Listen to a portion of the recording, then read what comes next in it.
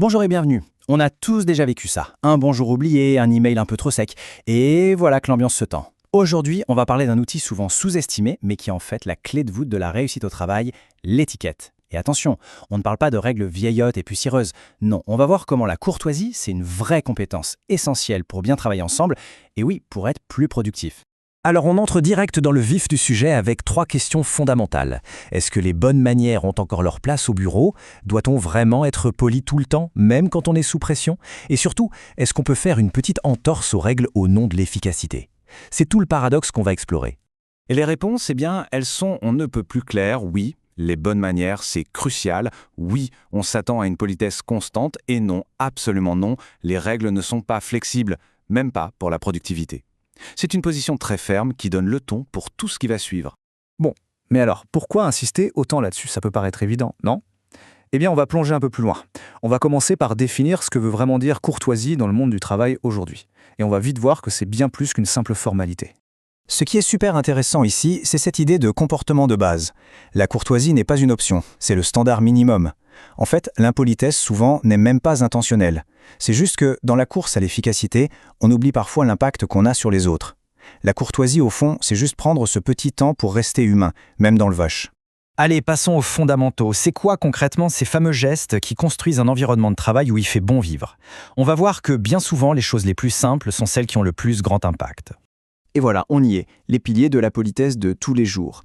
Un simple bonjour en regardant la personne dans les yeux, les mots magiques qu'on connaît tous, s'il vous plaît, merci, et puis cette capacité si importante à s'excuser sincèrement quand on fait une erreur.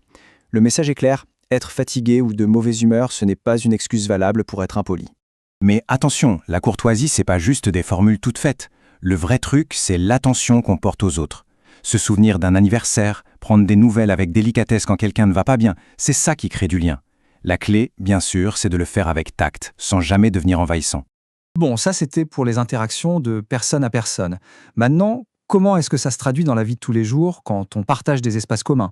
Le mot d'ordre ici, c'est la responsabilité partagée. Nettoyer les miettes à côté du micro-ondes, refaire du café quand on finit la cafetière ou remettre du papier dans l'imprimante, ce n'est pas une corvée, c'est tout simplement un acte de respect pour la communauté pour que l'endroit reste agréable et fonctionnel pour tout le monde. Là, le message est on ne peut plus direct. Il y a des choses qui relèvent de l'intime et qui n'ont tout simplement pas leur place dans un espace de travail partagé. C'est une question de décence, de respect pour le confort des autres. Ces activités-là, on les garde pour la maison ou, à la limite, pour les toilettes. Et ça, c'est un point absolument fondamental. La ponctualité. Arriver en retard, ce n'est pas juste une question d'organisation personnelle. C'est interprété, consciemment ou non, comme un manque de respect. C'est comme si on disait aux autres « mon temps est plus précieux que le vôtre ». Et ça nuit directement à l'image professionnelle. On arrive à un gros morceau, un pilier de l'étiquette au travail, la communication. C'est souvent là que les tensions peuvent naître, mais c'est aussi là que le respect peut le mieux s'exprimer. Cette petite phrase, elle résume tout. La base d'une communication respectueuse, c'est l'écoute. Laisser les autres finir leurs idées, ne pas couper la parole. C'est simple, mais ça montre qu'on accorde de la valeur à ce que l'autre a à dire avant même de vouloir imposer son propre point de vue. Aujourd'hui, avec nos écrans partout, la plus grande marque de respect qu'on puisse offrir, c'est notre attention. Faire plusieurs choses en même temps pendant que quelqu'un parle, c'est un signal clair de désintérêt. Alors on pose son téléphone, on se détourne de son écran et on offre sa plaie d'attention. C'est dire à l'autre « je suis là, avec toi, et ce que tu dis est important ». Et pour que la communication soit vraiment saine, il y a des choses à faire et des choses à ne surtout pas faire.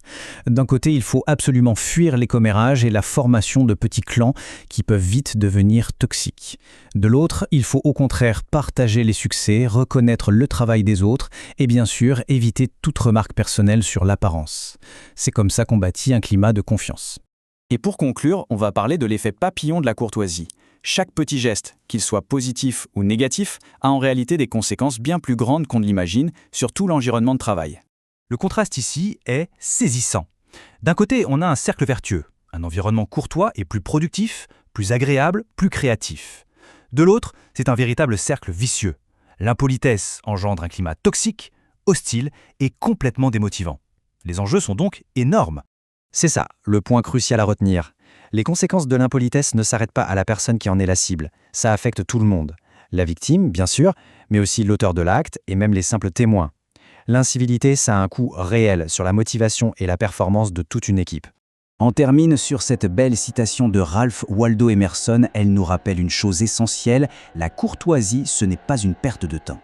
C'est un choix conscient qui, comme on vient de le voir, a le pouvoir de changer en profondeur notre quotidien au travail. Voilà une idée sur laquelle méditer.